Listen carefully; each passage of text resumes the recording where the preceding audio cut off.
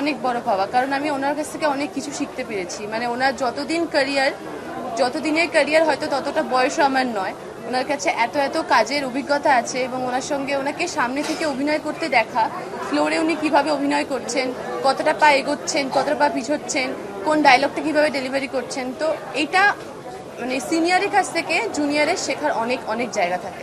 দেখো, আমি প্রথম থেকেই রিভিউ ভালো পেয়েছি। আমি আমার ব্যক্তিগত কথা বলছি এখানে, আমি প্রথম থেকেই ভালো রিভিউ পেয়েছি, কারণ আমরা একটা সিনেমা যারা বানান, এখানে যারা যারা বসে আছে, বা আমরা যখন সিনেমায় কাজ করতে আসি, শুধু সিনেমা বলে আসি না, আমরা এই সিনেমাটা আমাদের কাছে একটা সন্তানের মতো। আমরা কেউই চাই না সিনেমাটাকে মানে মানে কি বলবো, ওটাকে অর্ধেক করে ছেড়ে দিতে। আমরা একদম পরিপূর্ণভাবেই দর্শকের কাছে প্রেজেন্ট করতে চাই।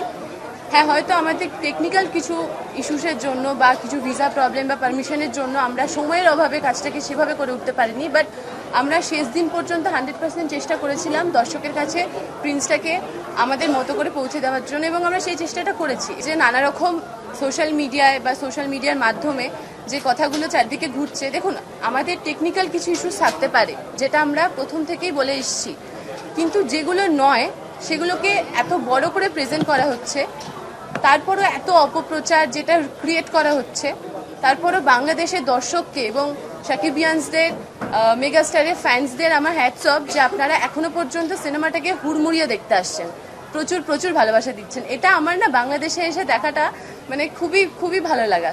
Thank you.